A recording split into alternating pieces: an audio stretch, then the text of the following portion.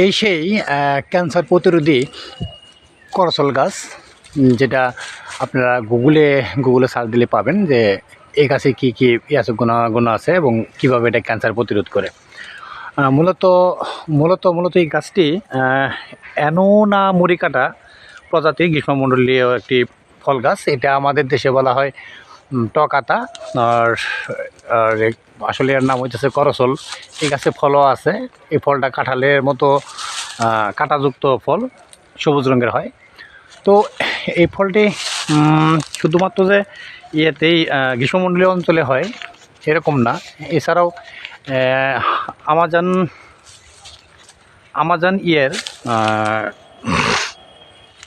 Amazon নদীর উপত্যকায় দক্ষিণ আমেরিকা দেশগুলিতে যেমন প্রচুর পরিমাণ জন্মায়, তেমনি চীন, অস্ট্রেলিয়া, আফ্রিকা, ব্রাজিল এইসব দেশেও এই গাছ জন্ম নেয়। এই গাছের যেটা এই গাছের পাতা এবং ফল দুইটাই ক্যান্সার প্রতিরোধী হিসেবে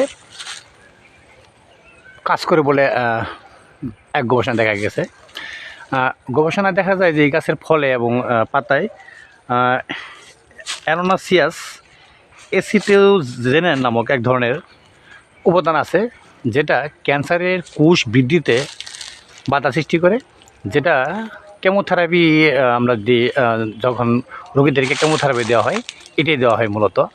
তো এই গাছটি শুধু যে ক্যান্সার প্রতিরোধী তাই না, এই গাছের ফলে প্রচুর পরিমাণে ভিটামিন সি, তারপর হচ্ছে পটাশিয়াম, ক্যালসিয়াম এর হিসেবে কাজ করে, উৎস হিসেবে কাজ করে। তো আমার জানা মতে এই গাছের যে পাতাগুলো আছে, এই পাতাগুলি মূলত চায়ের মতো করে সিদ্ধ করে সকাল বিকালে খাওয়া যায়।